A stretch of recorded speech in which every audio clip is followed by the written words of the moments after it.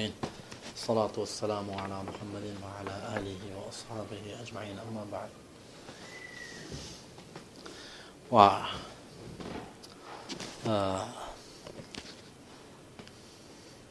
یعنی زن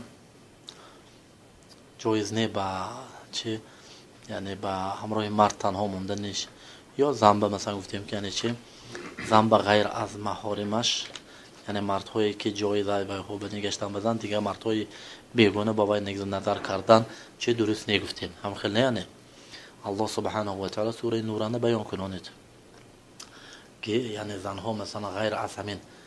خیشهاش یعنی مثل پدرش و برادرش و عمکش و تماش و همین جیانهاش همین هایی که الله تعالی بیان کرد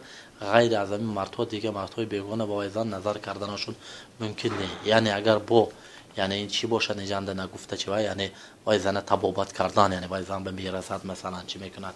یعنی این چیز لا شک این چیز درست نه الا مثلا چه وای الله سبحانه و تعالی میگه الا ما اضطررتم یعنی الا حالت ضرورت انده ضرورت چه میگه یعنی که اگر همین یعنی یکمش که زن بیمار